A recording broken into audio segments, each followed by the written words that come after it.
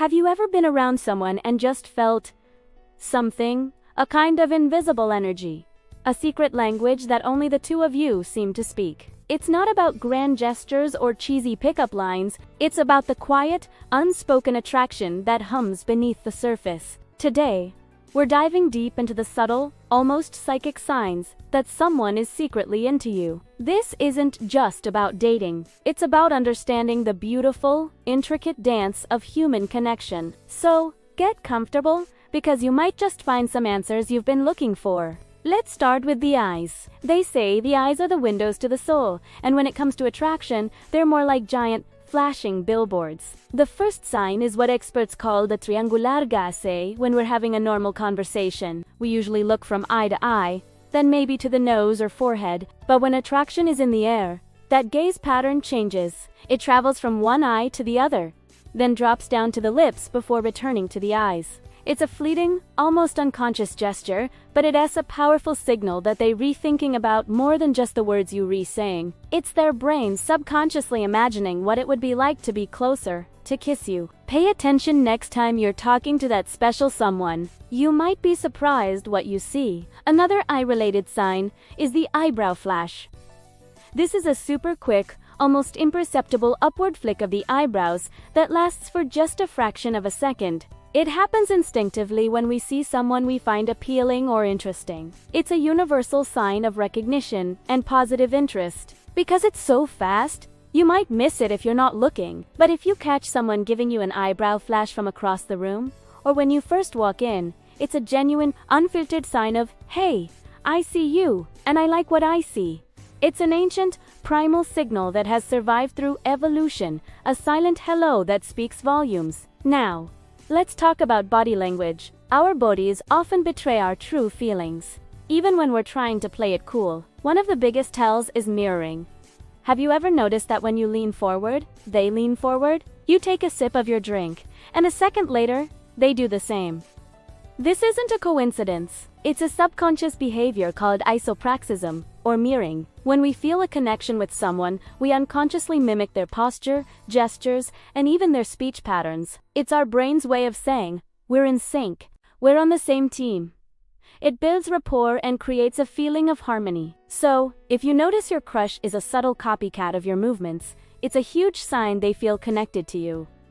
Another powerful body language cue is orientation. No matter how crowded the room is, or how many people are in the conversation, pay attention to where their body is pointing. Specifically, their feet and torso. People subconsciously point their bodies toward what they're most interested in. Even if their head is turned to talk to someone else, if their feet and hips are angled toward you, that's where their attention and interest truly lie. It's like their body's internal compass is locked onto you. Conversely, if their feet are pointed toward the exit while you're talking, it might be a sign that they're not fully engaged. It's a subtle but incredibly honest indicator of their inner state. Let's move on to something a little more personal. Space. We all have a personal bubble, a zone of comfort around us. When someone is attracted to you, they will find excuses to gently breach that bubble. This isn't about being creepy or invasive. It's about small, seemingly accidental touches. Maybe they lightly touch your arm while laughing at your joke, or their hand brushes against yours as you both reach for something. They might stand a little closer to you in a group than they do to others. These small invasions of personal space are tests, little feelers they put out to see how you react. If you react positively or don't pull away, it gives them a green light that the feeling might be mutual. It's a delicate dance of proximity and permission. And what about the way they talk to you? The content of the conversation matters, but the way they speak is just as important. Notice if their voice changes when they talk to you compared to others. For many people, their vocal pitch will drop slightly when speaking to someone they're attracted to. A lower pitch is often perceived as more soothing and intimate. They might also start asking deeper, more personal questions. They're not just interested in what you do for a living. They want to know what makes you passionate, what your dreams are, what you were like as a kid. This shift from small talk to big talk shows they want to connect with you on a more meaningful level. They see you as more than just a casual acquaintance. Here, as a sign that's easy to miss, but incredibly telling, they remember the little things. Did you mention offhand a few weeks ago that you love a specific kind of coffee? or that you have a big presentation coming up. If they bring it up later, that's a massive sign. Our brains are constantly filtering information, and we only retain what we deem important. When someone is attracted to you, details about you become important. They're not just listening, they're actively cataloging information about you because they genuinely care. So, if they ask, "Hey, how did that presentation go last week?" or show up with your favorite coffee, know that it's not a coincidence. It's a deliberate act of showing you that you're on their mind. Another subtle cue is what I like to call protective behavior.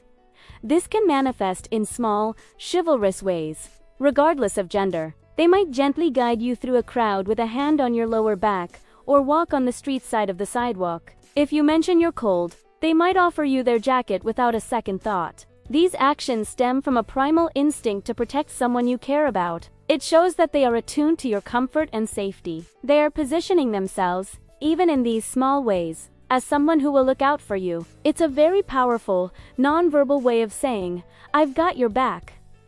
Let's not forget about teasing and playful banter. If someone is constantly finding lighthearted ways to poke fun at you, engaging in witty back and forths, or giving you playful nicknames, it's often a form of flirting. This isn't mean-spirited teasing. It's a way to create a special, private dynamic between the two of you. Laughter is one of the quickest ways to build a bond, and this kind of playful interaction creates inside jokes and a shared sense of fun. It's a low-pressure way to be intimate and to test the chemistry between you. If you find yourself in a constant state of smiling and lighthearted sparring with someone, there's a good chance there's a spark of attraction there. Finally, the biggest sign of all is a change in their normal behavior. Maybe they're usually the loud, confident life of the party, but around you, they become a bit quieter, more reserved, and maybe even a little clumsy. Or perhaps they're normally shy and introverted, but they make a real effort to talk to you and be more outgoing. This deviation from their baseline personality is a huge indicator that you have an effect on them. Being around someone we're attracted to can make us nervous, excited, and self-conscious all at once, causing us to act in ways that are out of character. It shows that you matter enough to them to disrupt their normal way of being. They are trying to put their best foot forward, and sometimes that results in a few fumbles, which is actually incredibly endearing. So there you have it. The secret, unspoken language of attraction. It's in the fleeting glances, the mirrored gestures, the closing of distance, and the memories of little details. Understanding these signs can help you navigate the often confusing world of human connection with a bit more confidence. Remember to trust your intuition too. Often, you can just feel it. Thanks so much for hanging out with me today. If you enjoyed this and want to learn more about the psychology of relationships, make sure to hit that subscribe button and turn on notifications so you don't miss our next video. Drop a comment below and let me know if you've ever noticed any of these signs. Until next time, take care.